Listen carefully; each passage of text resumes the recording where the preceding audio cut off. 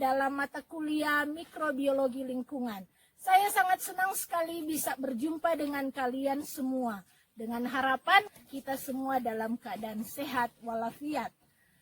Pada kesempatan kali ini, sebelum kita akan membahas dan bagaimana mikrobiologi lingkungan ini, seperti ada pepatah yang mengatakan tidak dikenal maka tidak disayang. Oleh sebab itu, saya akan memperkenalkan tim pengajar atau tim pengampu yang ada di mata kuliah mikrobiologi lingkungan.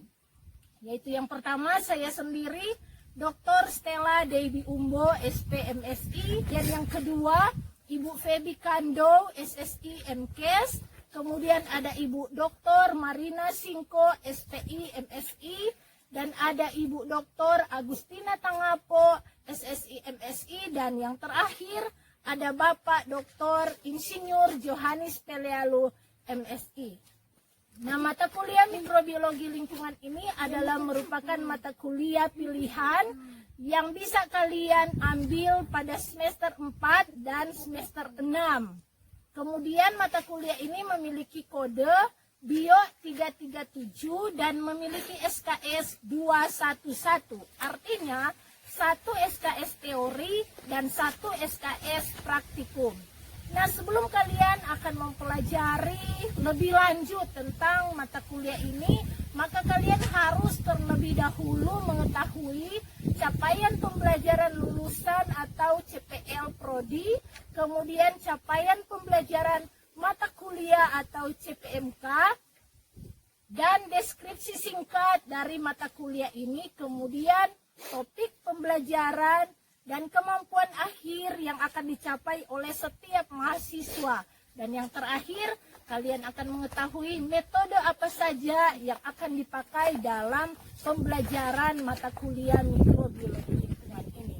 Untuk merangkum semuanya, maka saya akan menjelaskan pada bagian berikutnya.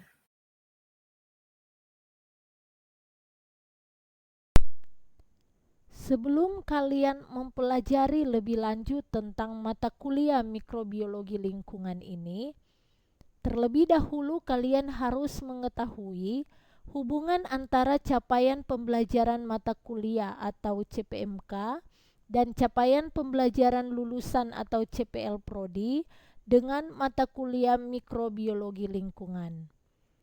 Yang pertama, capaian pembelajaran lulusan atau CPL Prodi, yang terdiri dari 3 bagian, yaitu sikap, pengetahuan, dan keterampilan.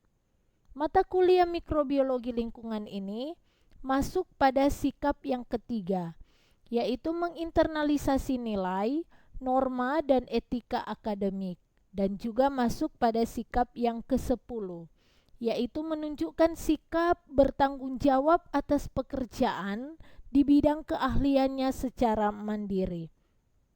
Sedangkan pengetahuan masuk pada P1, yaitu menguasai konsep teoritis biologi sel dan molekul, biologi organisme, ekologi, dan evolusi. Mata kuliah ini masuk pada sub yang ke-22, yaitu menguasai konsep cabang ilmu biologi secara mendalam. Sedangkan keterampilan mata kuliah mikrobiologi lingkungan ini masuk pada keterampilan umum yang kedua, yaitu mampu menunjukkan kinerja mandiri, bermutu, dan terukur. Sedangkan capaian pembelajaran mata kuliah atau CPMK dari mata kuliah mikrobiologi lingkungan ini yaitu menguasai konsep dan mampu menerapkan aplikasi konsep dasar mikrobiologi di bidang lingkungan.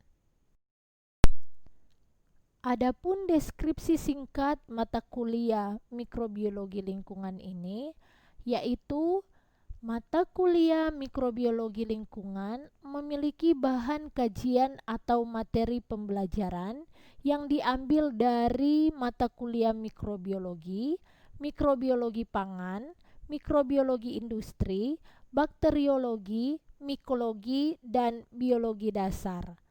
Pelaksanaan pembelajaran dari mata kuliah ini yaitu RPS dan rancangan tugas. Sedangkan metode pembelajarannya adalah SCL atau Student Centered Learning.